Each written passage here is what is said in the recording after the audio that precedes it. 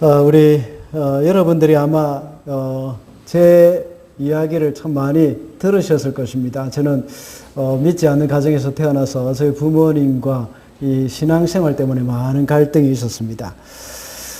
저희 부모님이 예수 믿기까지는 18해 동안 세월이 많이 걸렸습니다. 제가 처음 예수님을 믿고 그 후로부터 계속해서 부모님의 구원을 위해서 기도를 했었습니다. 정말 부모님의 영혼을 사랑해서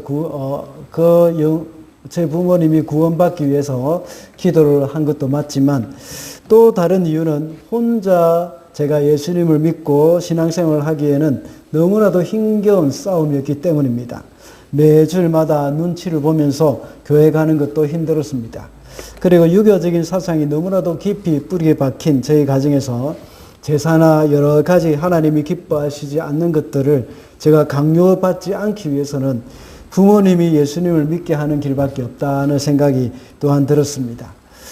그런데 기도가 응답되기까지는 거의 20년 가까이 흐른 뒤였습니다. 그동안의 갈등은 이루 말할 수가 없었습니다. 하나님이 저의 기도를 들어주실 것이라는 그 믿음이 있었습니다. 그러나 가끔씩 신앙생활 때문에 이 부모님과 큰 갈등을 겪을 때에는 그런 희망조차 사라지기 시작했습니다. 그런 가운데 하나님은 저를 많이 연단하셨습니다. 마음의 괴로움이나 또 자존감이 많이 낮아지는 일도 많이 겪었습니다. 그렇지만 결국 저희 부모님이 주님께로 돌아오게 되었을 때는 그 모든 힘겨운 일들이 꿈만 같이 느껴졌습니다. 그리고 그동안 있었던 마음의 고통들은 나의 그 희망을 거두어 갈 것 같이 막 힘들었지만 그 긴 시간들이 오히려 저를 더욱더 굳건하게 이렇게 다져주는 역할을 했던 것 같습니다. 아마 각 사람에 따라서 이유는 다들 많이 다를 것입니다. 그렇지만 이것과 비슷하게 길고 지루한 그 고통의 기간들을 다 경험하셨던 그런 분들도 계실 것입니다. 어른들뿐만 아니라 아주 나이가 어린 아이들에게도 이런 기다림은 힘겨운 일입니다. 그래서 어린아이들은 종종 아빠에게 묻습니다. 아빠, 몇 밤만 더 자면 나도 어른이 될 수 있나요? 하고 이렇게 묻는 그런 경우도 있습니다. 어른이 되면 할 수 있는 일도 많고 참 재미있을 것 같기 때문일 것입니다. 학생들은 공부하는 것이 또 힘들고 지루해서 빨리 졸업하기만 기다리기도 합니다. 또 어떤 학생들은 공부를 하다가 중간에 그만두는 경우도 있습니다. 그러나 그 기간을 조금 더 잘 견디고 이겨내면 더 성숙한 사람들이 되어서 하나님께 잘 쓰임을 받을 수가 있습니다. 오늘 본문에 나오는 요셉도 역시 이런 지루하고 고통스러운 시간들을 보냈습니다. 요셉은 어릴 때 꾼 꿈이 있었습니다. 형들의 곡식단이 자신이 묶은 곡식단 이렇게 주위에 둘러서서 절을 했습니다.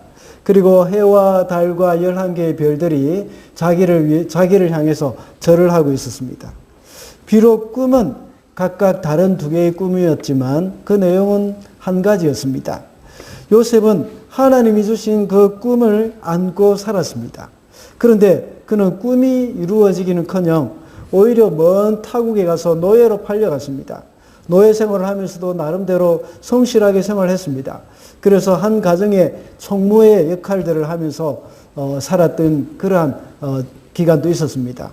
그런데 그때 여주인의 모함으로 말미암아서 강간 미수범으로 또 감옥에 갇히는 신세가 되었습니다. 거기서도 역시 죄수들을 섬기는 역할을 했습니다. 그 중에 이 왕의 술을 맡은 관운장과 떡을 굽는 관운장의 꿈을 해석해 줬습니다.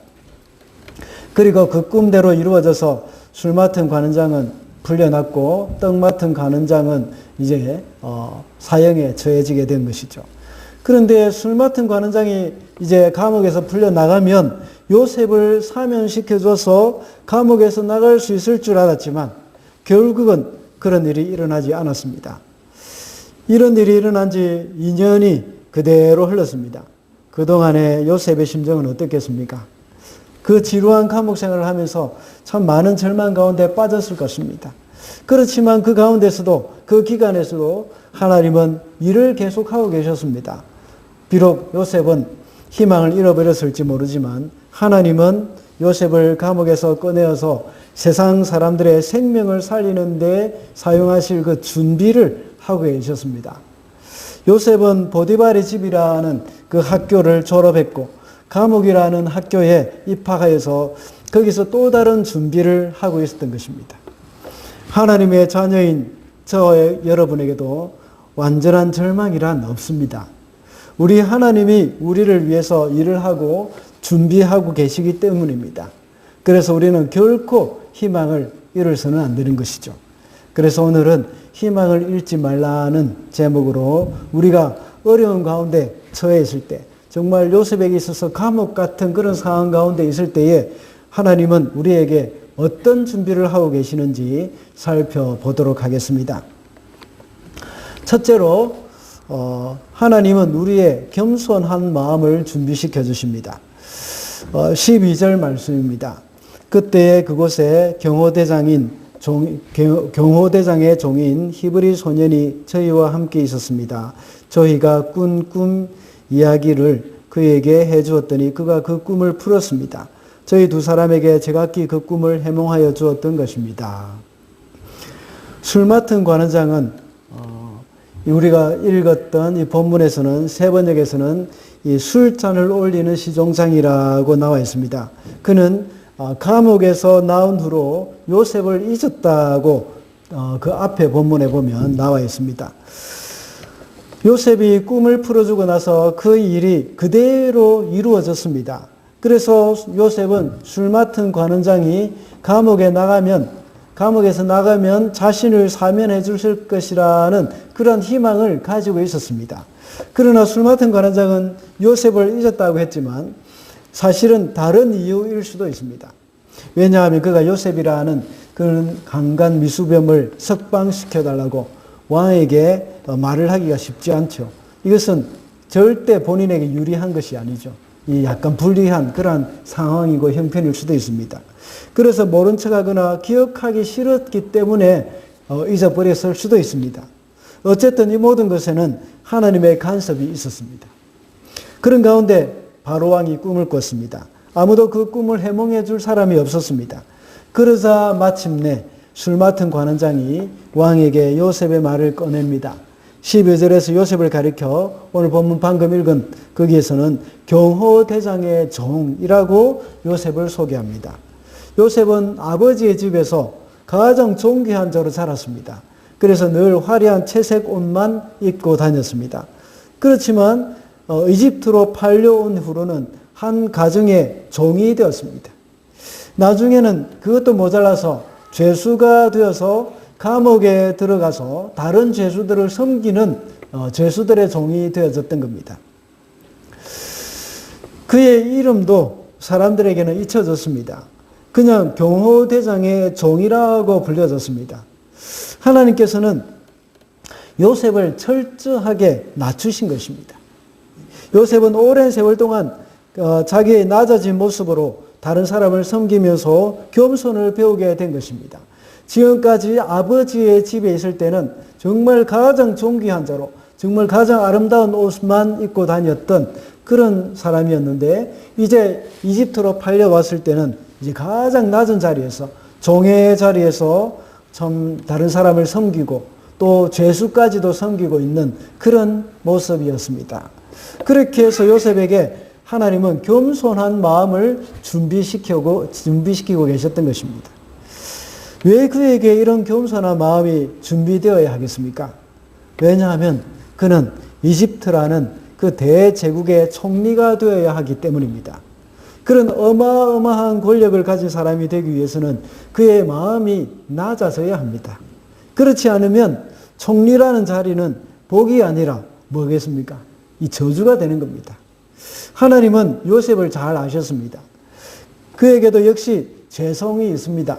그래서 높아졌을 때는 얼마든지 교만해질 수 있고 은혜에서 떨어져 나갈 수 있다는 것을 아셨기 때문입니다. 그래서 미리 고난으로 그의 마음을 겸손으로 준비를 시켜주고 계셨던 겁니다. 역사의 대부분의 황제들이나 절대 권력을 가진 자들은 교만 때문에 망했습니다. 권력을 가지게 되면 처음에는 겸손하게 될 수도 있습니다. 그렇지만 점점 더 시간이 흐르면 흐를수록 갈수록 자기가 신인 줄 압니다. 계속해서 교만해지게 되는 것이죠. 우리가 새벽기도마다 지금 보고 있는 사무엘상, 거기에 이 사울 왕은 처음에는 얼마나 겸손했습니까? 그런데 왕이 되고 나서부터는 계속해서 교만해졌습니다. 로마 황제도 역시 마찬가지입니다. 그는 자기가 신이라고 말을 했습니다. 그러면서 로마 황제 숭배를 하게 하고 그것을 강요했습니다. 성경에는 그런 예가 아주 많습니다. 다니엘서를 보면 바빌론의 느부갓네살 왕도 역시 교만해서 들짐승과 같이 되었다고 말을 합니다. 그래서 다시 들짐승과 같은 생활을 하면서 이제 겸손해져서 다시 돌아왔지만 또 다시 교만해졌던 그런 모습들을 보게 됩니다. 사람은 얼마나 교만해지기가 쉬운지 작은 일만 성취해도 다 된 줄로 생각합니다. 우리의 마음에 변화가 없이 높은 자리에 올라가서 권력을 잡거나 이 돈이 많아서 부자가 될 경우에는 그것은 복이 될 수가 없습니다. 먼저 마음의 변화가 시작이 되어야 됩니다. 그래야 그것이 복이 됩니다.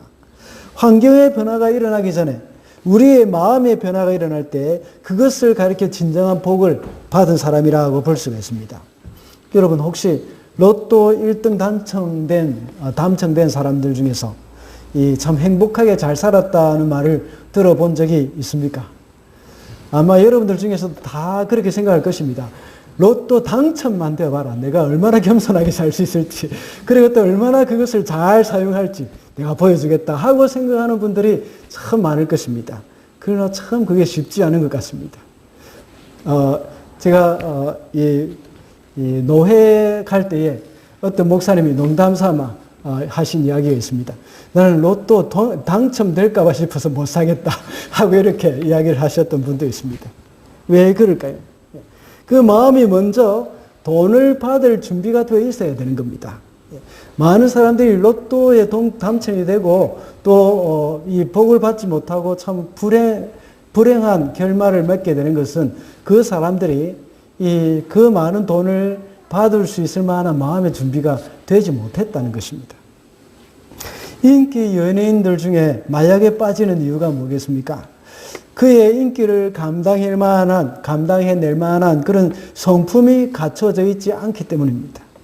그러므로 지금 여러분의 삶 가운데서 많은 어려움을 겪고 있거나 고난과 번민에 빠져 있다면 그것이 좋은 일이겠습니까? 나쁜 일이겠습니까? 좋은 일입니다. 하나님께서 정말 나에게 이런 많은 갈등과 시련을 겪게 하시는 것 보니까 하나님이 나에게 큰 은혜를 주시려고 하는가 보다 하고 생각을 해야 되는 겁니다. 신명기 8장 16절에는 하나님이 만나를 주신 이유를 설명하실 때 하신 말씀이 있습니다. 내 열조도 알지 못하던 만나를 광야에서 내게 먹이셨나니 이는 다 너를 낮추시며 너를 시험하사 마침내 내게 복을 주려 하심이었느니라. 하나님이 우리를 낮추시고 시험하신 것은 우리에게 복을 주려 하심이라고 말씀하고 있습니다. 그래서 여러분이 지금 요셉의 감옥과 같은 그런 상황 가운데 있다고 할 때에 하나님이 나에게 복을 주고 싶어 하시는구나 하고 생각하시면 되는 겁니다.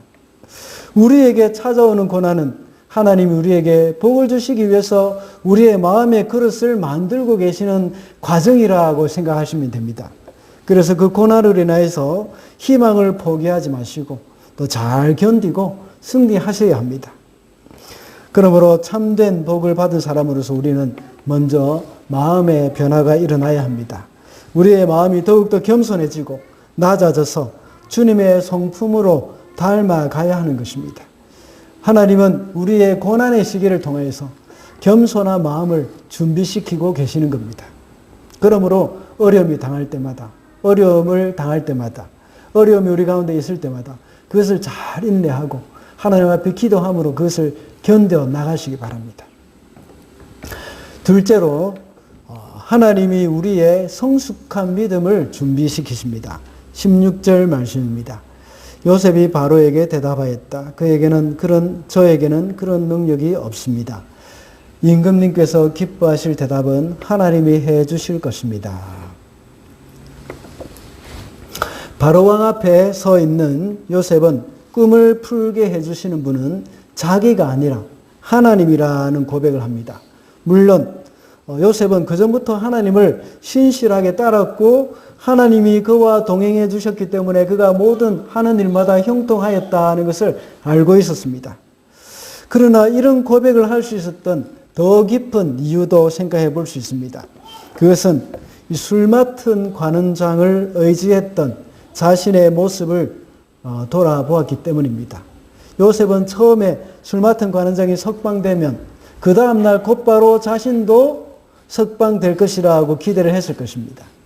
술 맡은 관원장은 자신이 동원할 수 있는 가장 최후의 수단이었을 것입니다. 그러나 하루가 지나고 한 달이 지나고 1년이 지났지만 연락이 오지 않았습니다. 그리고 2년이 지난 후에 자신에게 연락 왔는데 그것도 술 맡은 관원장이 그를 기억해서 이렇게 먼저 바로왕에게 청탁해서 나오게 된 것이 아니라 어쩔 수 없이 이런 상황 가운데서 그가 바로왕에게 요셉의 이야기를 하지 않을 경우에 또 다른 불이익이 있을지도 모르는 그런 두려움 때문에 아마 이야기를 했을지도 모릅니다. 왜냐하면 그걸 그대로 놔뒀다가는 나중에 다른 방법으로 다른 루트를 통해서 요셉이 알게 되고 또 요셉이 왕의 꿈을 해석해 줄 경우에 거기에 대해서 입을 다물고 있었다면 어떻게 되겠습니까? 알고 있는데도 말하지 않았다 하는 그것 때문에 또 다른 불이익이 당할 것 같아서 그래서 이번에 어쩔 수 없이 요셉을 이야기했다고 볼 수도 있습니다. 그런 가운데 그는 사람을 의지할 수 없다는 것을 요셉은 알게 되었고 의지할 분은 하나님밖에 없다는 것을 철저히 깨달았던 것입니다. 사람에게 매달려 봤지만 돌아오는 것은 실망과 좌절뿐입니다. 그래서 요셉은 하나님만 의지하고 하나님께만 매달려야 한다는 것을 깨달았던 것입니다. 요셉은 이런 과정을 통해서 자신의 문제를 책임질 수 있는 분은 바로 사람이 아니라 하나님이시라는 것을 깨닫게 된 겁니다. 그래서 요셉은 오늘 본문에서 미리 말을 합니다. 하나님이 임금님이 기뻐하실 답을 해 주실 것이라고 이렇게 말을 하는 겁니다. 이 확신을 가지고 있지 않습니까? 사실 세상의 절대 권력자 앞에서 말을 잘못하거나 허언을 한다고 하죠. 또 실언을 한다면 또 지나친 장담을 하다가는 그의 목숨이 어떻게 될지 알 수 없는 그런 일들이 많이 있습니다. 그럼에도 불구하고 요셉은 이렇게 장담하고 있는 근거는 하나님을 의지하는 그 성숙한 믿음, 이것 때문입니다. 그는 더 이상 바로왕에게 자신의 무죄를 변호하기 위한 죄수로 선 것이 아닙니다. 그는 하나님의 이름으로 하나님의 뜻을 가르치기 위한 선생으로 바로왕 앞에 서게 된 것입니다. 이런 담대함을 사람을 두려워하는 마음에서 이런 담대함이 나오는 것이 아닙니다. 오직 하나님만 의지하는 성숙한 믿음에서 나오는 것이라고 볼 수 있습니다. 앞서 이집트의 모든 마술사와 현인들도 풀지 못했던 꿈이었습니다. 그러나 요셉은 생각하기를 자신은 보잘것없으나 하나님이 그 꿈을 풀어주실 것이라고 믿었던 것입니다. 그래서 그는 최고 권력자 앞에서 당당할 수 있었던 것입니다. 사람을 두려워하고 교만한 자는 권력자 앞에서 비굴하게 됩니다. 그렇지만 하나님을 의지하고 겸손한 자는 권력자 앞에서도 당당합니다.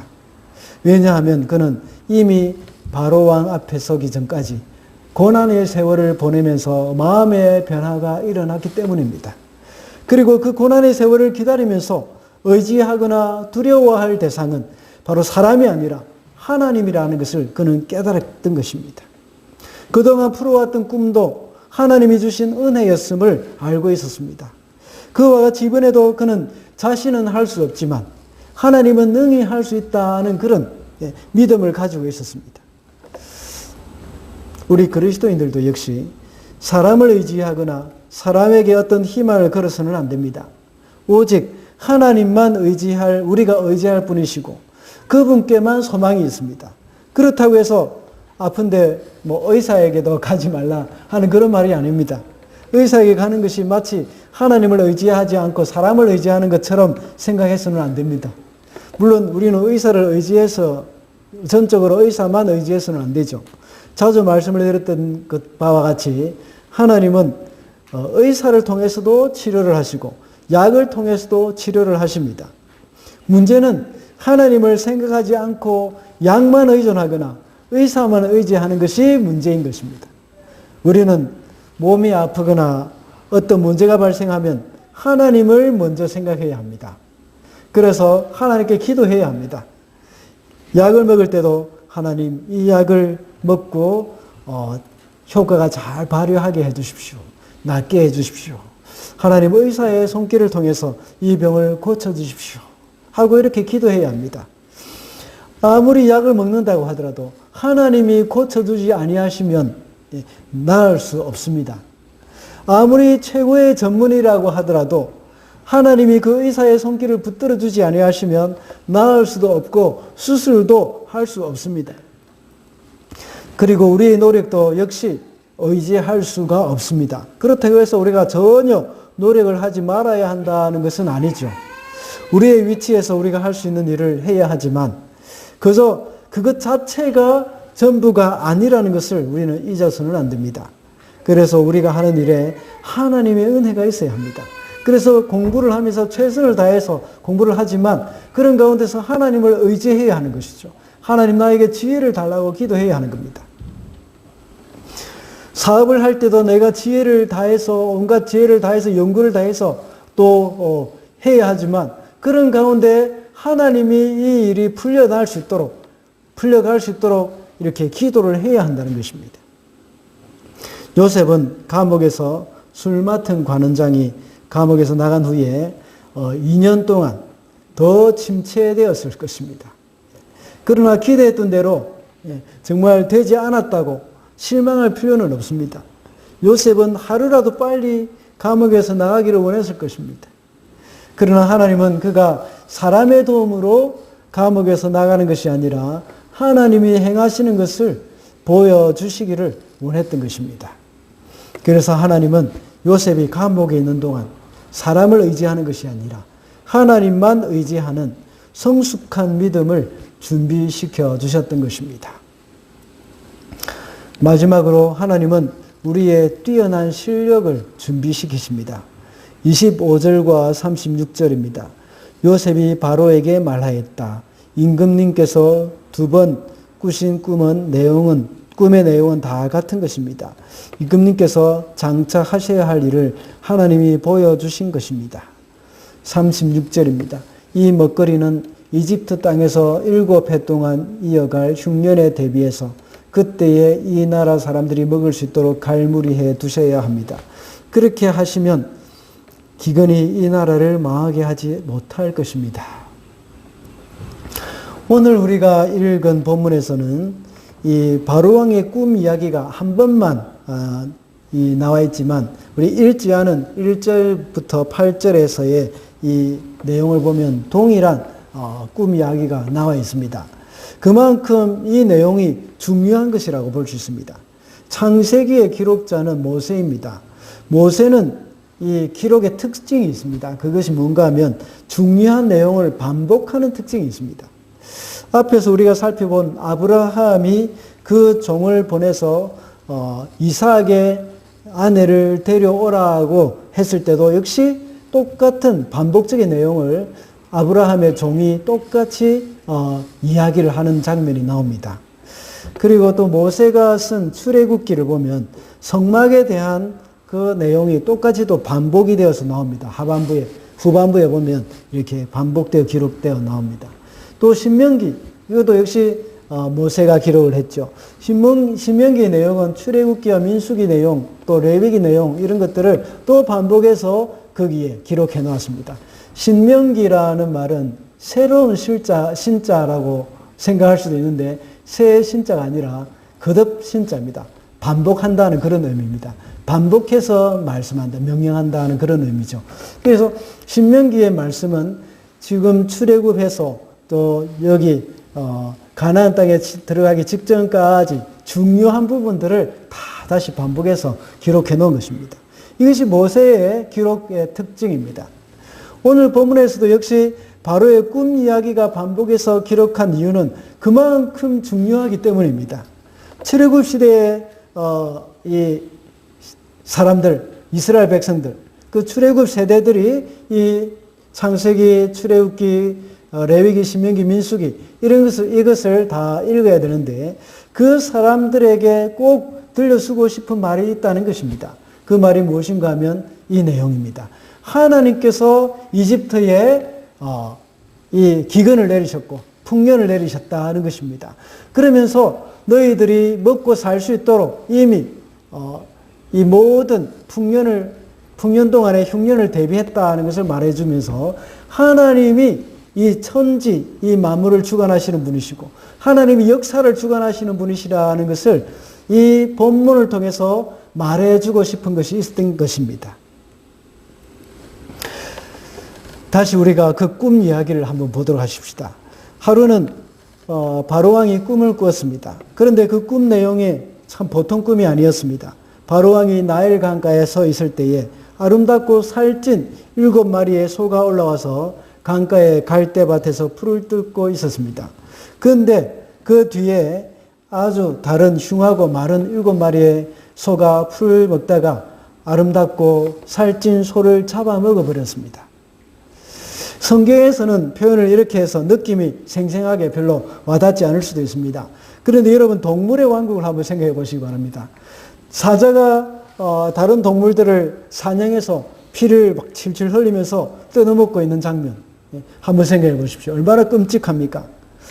그래서 요즘은 이 장면은 모자이크 처리를 하지 않습니까?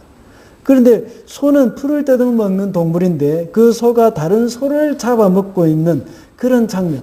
그러면서 피를 칠칠 흘리면서 이렇게 이 장면을 묘사하고 있는 것을 볼 때에 그런 것들을 생각해보면 얼마나 끔찍하겠습니까?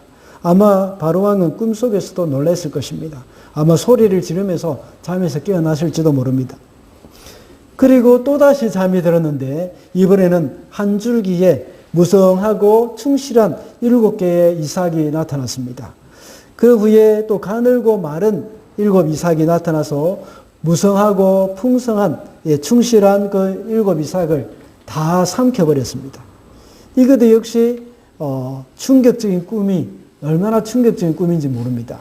이 식물 중에서는 아주 작고 예쁜 식물인데 그 안에 침이 나서 만약에 이렇게 팔이라도 이렇게 탁 앉으면 그 침에 이렇게 감각이 탁 살아나서 탁 다치는 그 식물 혹시 여러분들 보셨습니까? 네, 그런 식물도 있지 않습니까? 그런데 또 우리 영화 같은 데 보면 식물이 막 열대 식물들 중에서 막 사람도 잡아먹고 동물도 잡아먹는 그런 큰 식물도 있지 않습니까?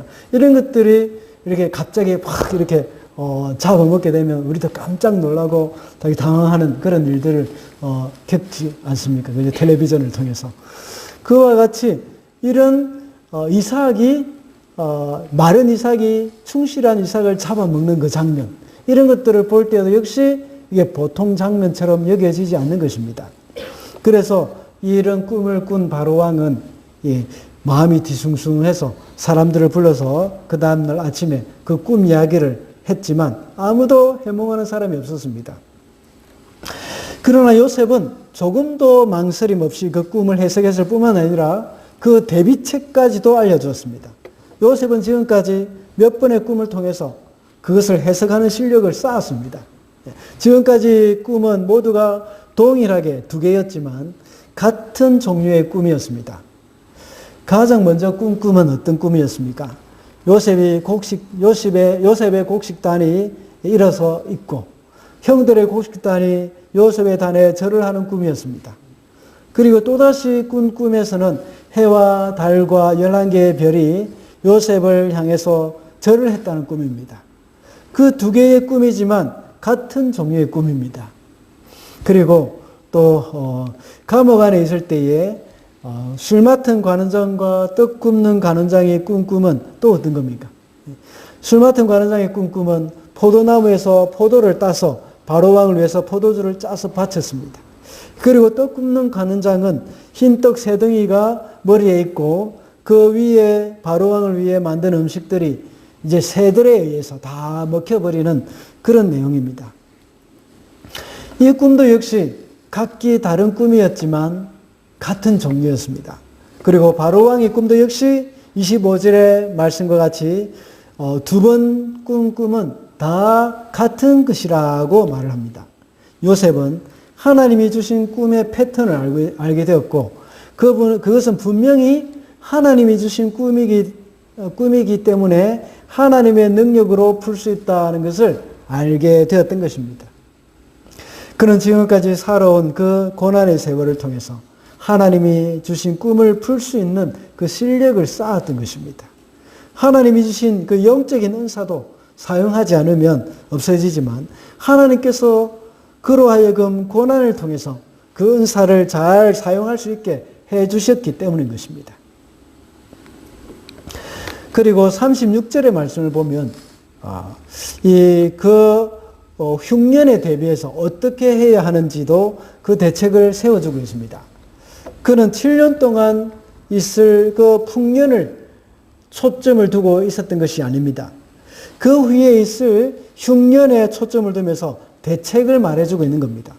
그들에게 있어서 중요한 것은 풍년이 아닙니다. 많은 사람들은 그 풍년 때문에 그 풍년에 마음을 다 빼앗겨서 흉년을 대비하지 못하는 그런 경우도 있을 수도 있습니다. 그러나 오늘 요셉은 뒤에 오게 되는 흉년을 통해서 풍년을 보게 해주고 있습니다. 그래야 앞으로 닥쳐올 그 무시무시한 그 흉년에 대한 경각심을 갖게 해줄 수 있기 때문입니다. 그는 보디발의 집에서 가정총무를 일을 할 때에 감옥에서 수감자들을 도우면서 쌓았던 그 실력이 있습니다. 그것으로 앞으로 풍년과 흉년이 겹칠 때 대비할 수 있는 그런 생각도 아이디어도 가질 수 있었던 것입니다. 그래서 한 가정의 종으로 일을 하면서 그 집의 모든 재산을 다 관리하는 가정총무의 역할을 감당할 수 있었던 겁니다.